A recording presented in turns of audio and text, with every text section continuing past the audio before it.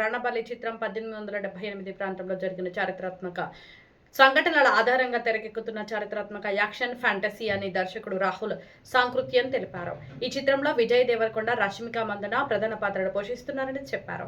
ఓర్వకల్లుతో పాటు రాయలసీమలోని పలు చారిత్రాత్మక ప్రాంతాల్లో చిత్రీకరణ జరుగుతుందని సహకరించిన మీడియా మరియు ప్రజలకు కృతజ్ఞతలు తెలిపారు. త్వరలో గొప్ప సినిమాతో ప్రేక్షకుల ముందుకు వస్తామని ఆయన పేర్కొన్నారు.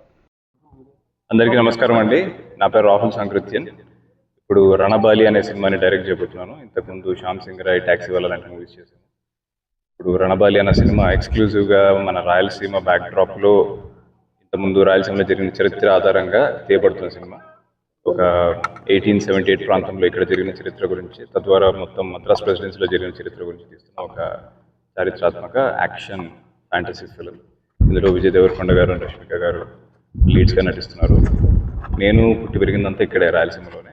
సో ఈ ప్రాంతంలో వచ్చి ఆల్మోస్ట్ అన్ని చారిత్రాత్మక ప్రదేశాల్లో షూటింగ్ చేయడం జరుగుతుంది. ఇప్పుడు మన ఓరకల్లో షూట్ చేస్తుంటే అందరూ మీడియా మిత్రులు వచ్చి ఇక్కడ నన్ను కలవడం నాకు చాలా ఆనందంగా ఉంది.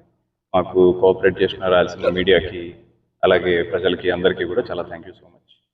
త్వరలో మీ అందరికీ ఒక గొప్ప సినిమా మీ ముందుకు తీసుకురాబోతుందని చెప్పడానికి చాలా గర్వపడుతున్నాం. Thank you.